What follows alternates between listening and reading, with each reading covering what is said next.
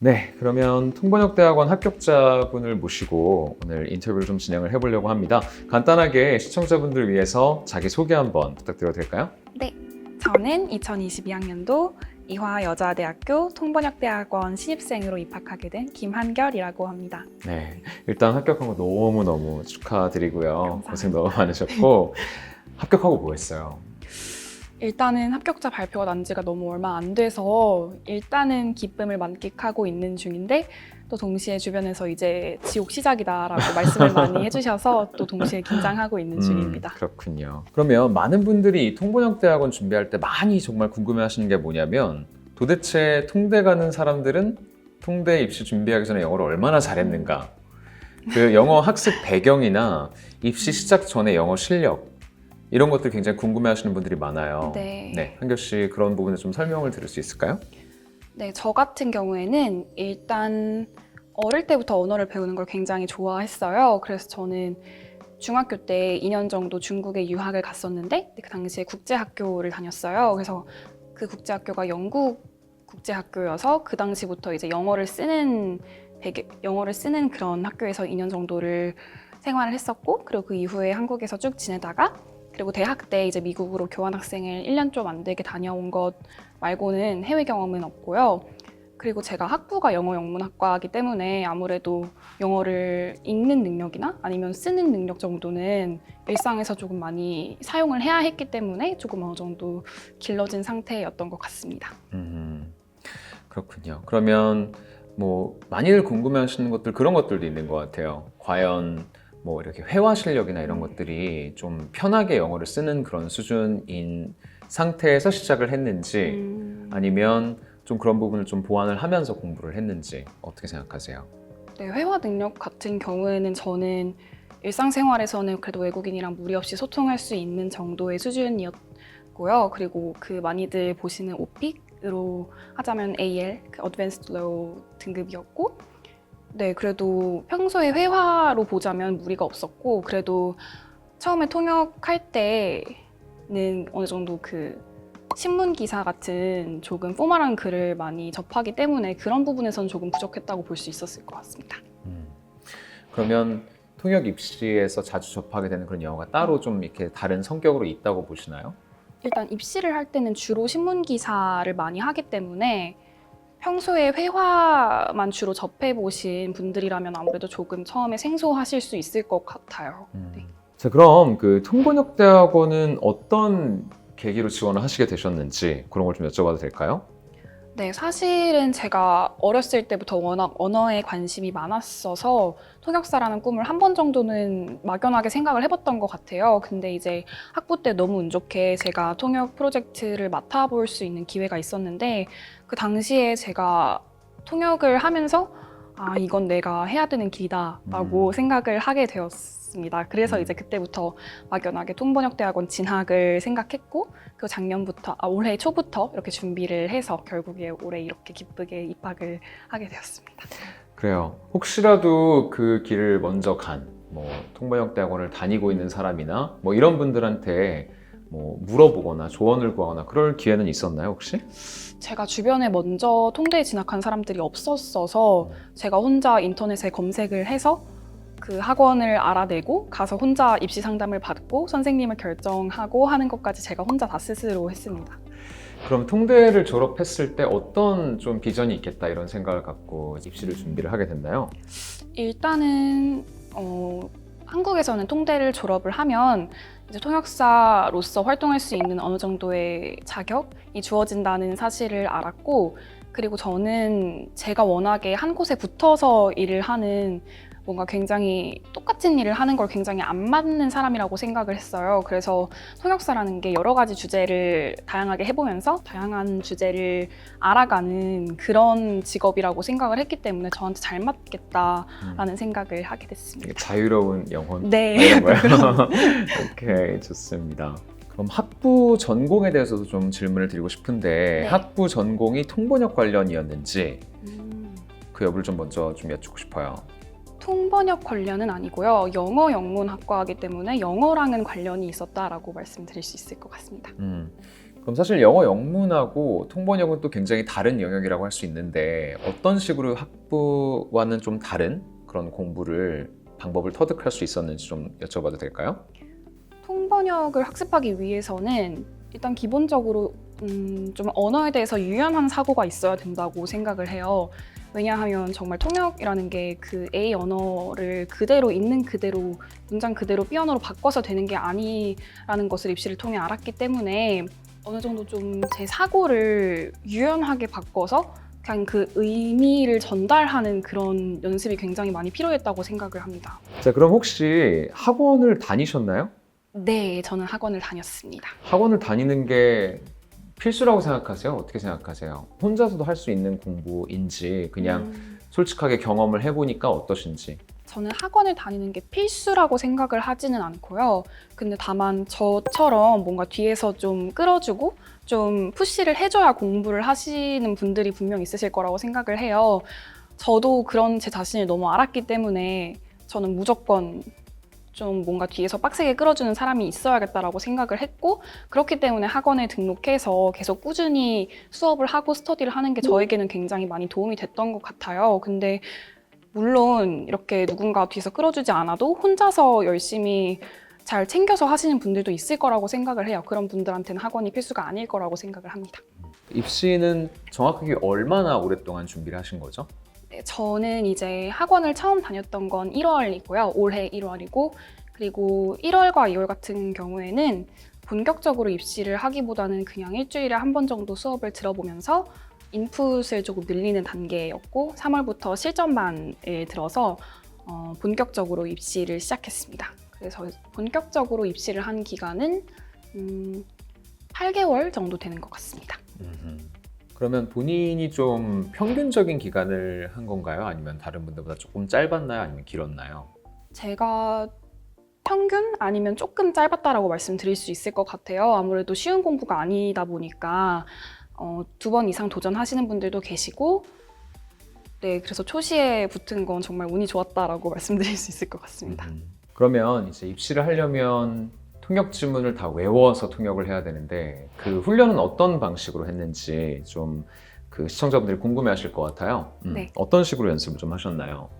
사실 저는 김태훈 선생님의 수업을 오랫동안 들었기 때문에 처음부터 가시화라는 방법으로 메모리 접근을 했고, 저는 거기서 조금 더 취사 선택을 해서 저만의 방법을 조금 추가를 했는데, 예를 들면 그 가시화하는 장소를 저는 저희 집으로 했어요. 그래서 저희 집을 3D로 아예 구상을 한 다음에 그다음에 저 같은 경우에는 조금 나중에 봤을 때 그 가시화 부분이 날아가는 경우가 너무 많아서 저는 아예 거기에 소리를 추가로 해서, 예를 들면 뭐 숫자가 나오는 부분이라면 아예 그 게임에서 아이템 먹을 때 나는 그 띵 그 소리를 아예 가시화하는 그 평면도 안에 소리를 추가를 시켰어요. 아니면 예를 들면 뭐 전쟁을 하는 지문이면 그 전쟁을 하고 칼싸움을 하는 그런 소리도 같이 삽입을 해서 나중에 기억을 하면 훨씬 더 기억이 저는 입체적으로 잘 나더라고요.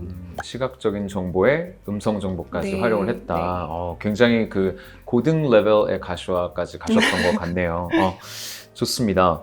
통번역대학원 입시하면 다들 좀 부담과 겁부터 먹는 그런 경향이 있는데, 사실 그도 그럴 것이 공부하는 어떤 텍스트나 이런 것들의 단어 난이도도 굉장히 높고 네. 그렇잖아요.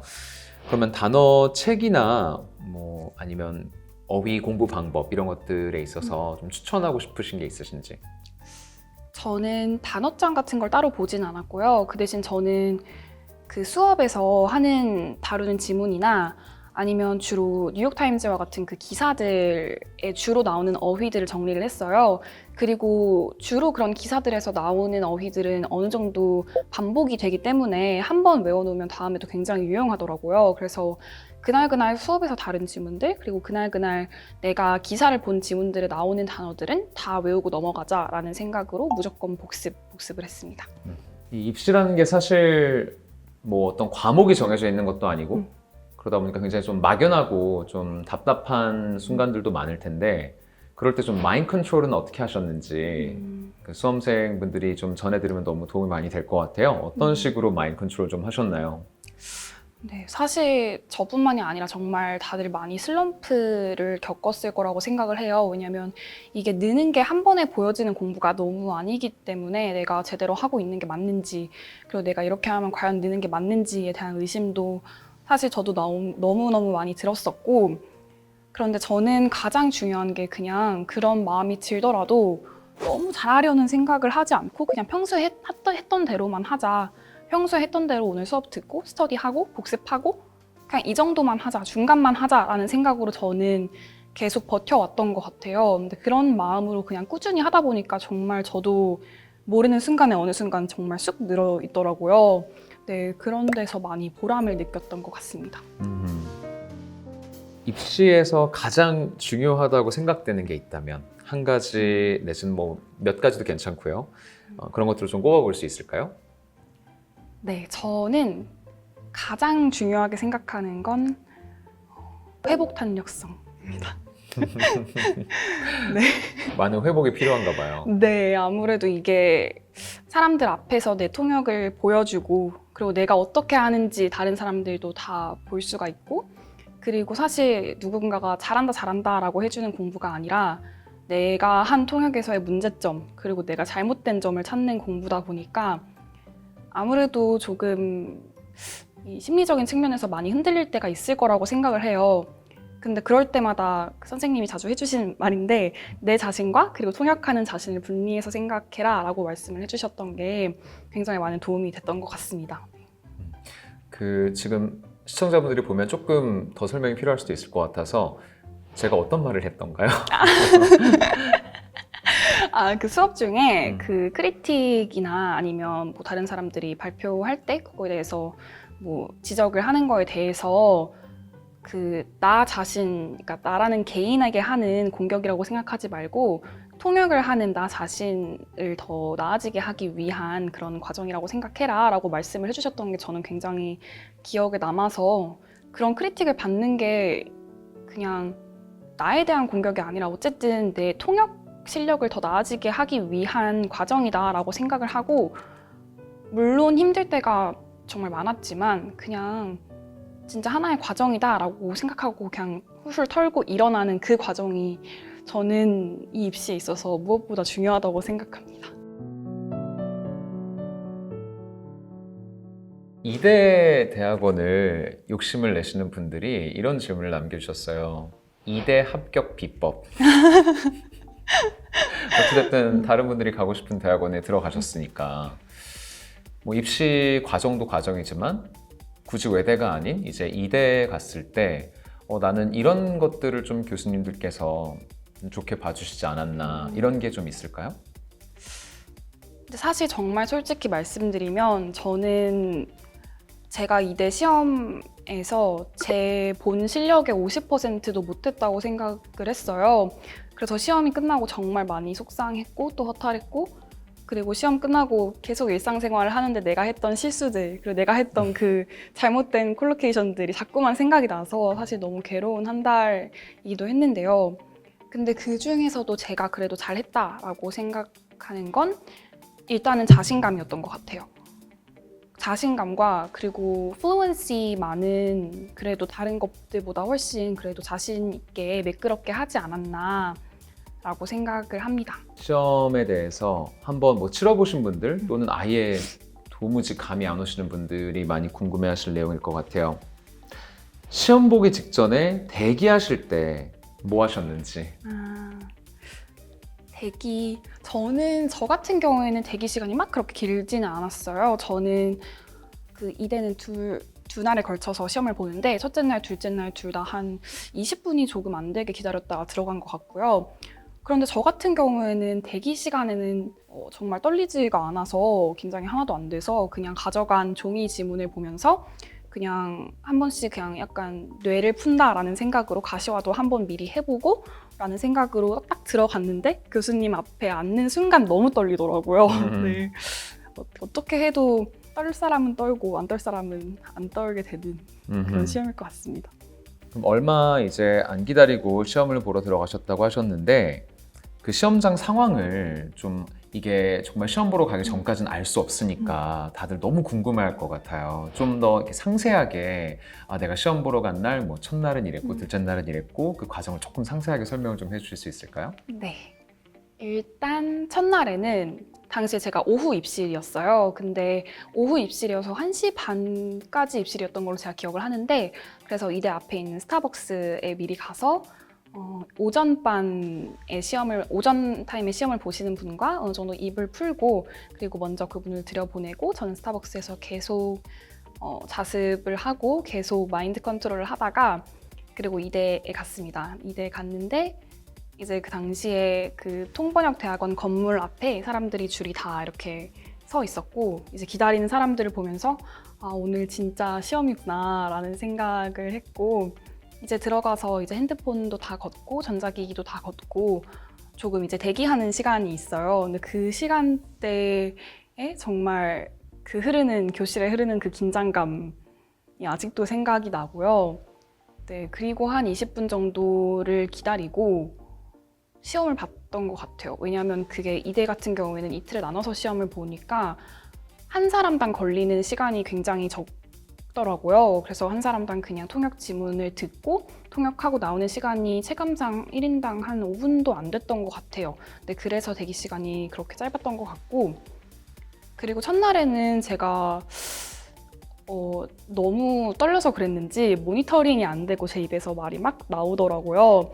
그래서 그런지 교수님들이 이제 제 통역이 끝나고 혹시 아까 이렇게 말씀하신 부분이 있었는데 그 부분에 대해서 한번 다시 말씀해 주실 수 있냐라고 질문을 주셨고 그래서 그때 이제 조금 제 진정을 하고 답변을 침착하게 드렸습니다. 그리고 나오면서 정말 너무 못했다, 정말 너무 망했다라는 생각에 집에 가서 다음날 영한 시험 공부도 아무것도 안 하고 집에 가서 치킨 먹고 울면서 잠이 들었고요.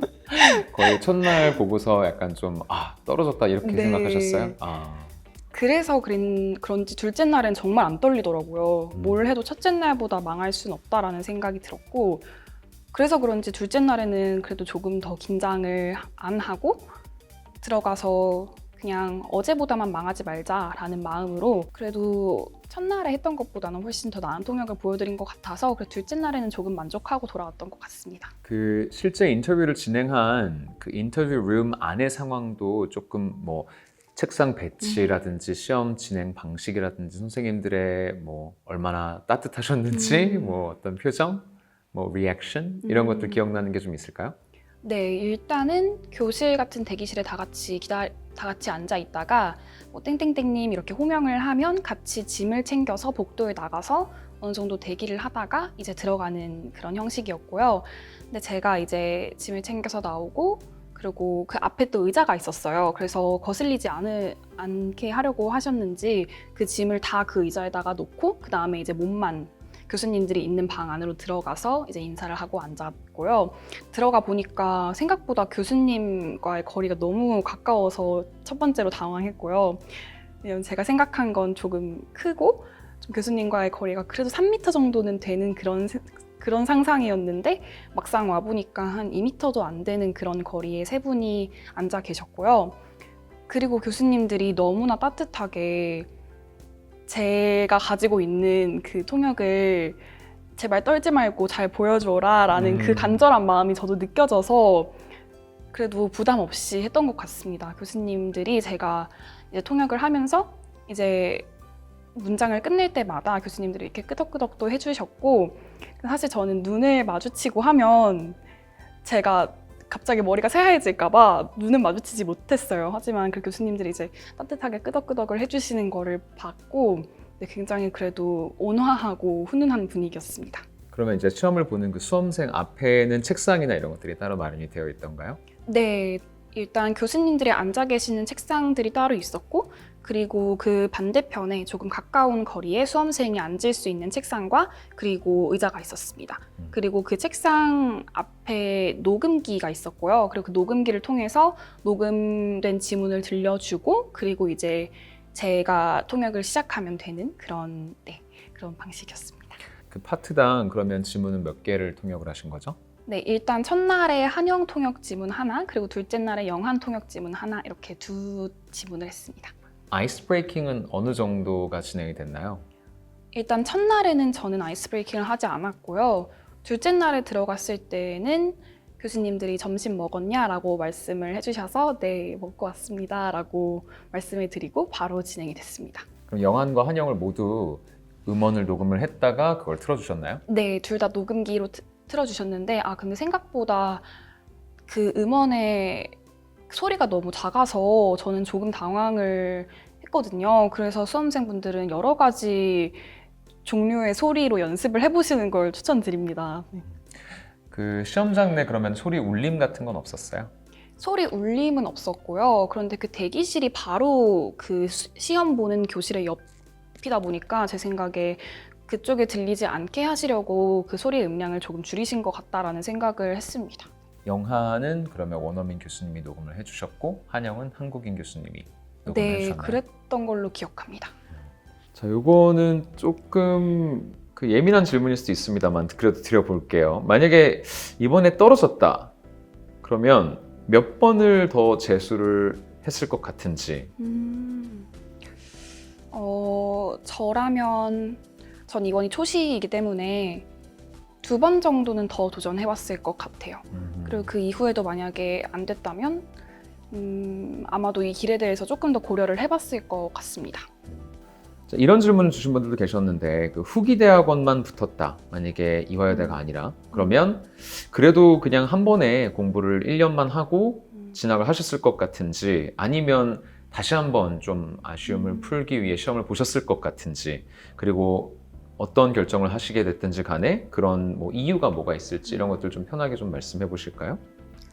네, 사실 이거에 대해서는 굉장히 여러 가지 많은 생각이 드는데 그래도 저는 올해의 후기 대학원에 붙었다면 가서 그래도 열심히 하는 쪽으로 방향을 잡았을 것 같습니다. 왜냐하면 그래도 가서 너가 하는 거에 따라서 달라진다라는 소리를 너무 많이 들었기 때문에 그래도 네, 저라면 그래도 올해 진학을 했을 것 같습니다. 자, 그래서 마지막으로 질문을 드리고 싶은데 이제 통번역대학원 입시를 좀 설렘 반, 걱정 반으로 시작하려는 분들에게 좀 하고 싶은 말이 있다면 마지막으로 해주시겠어요?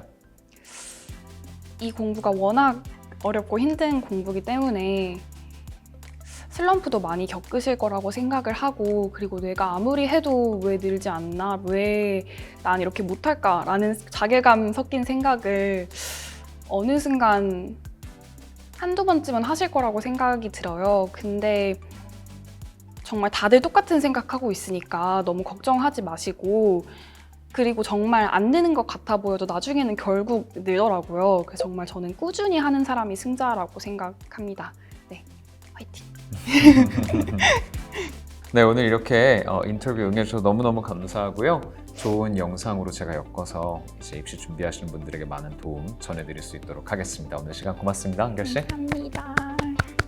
끝이에요.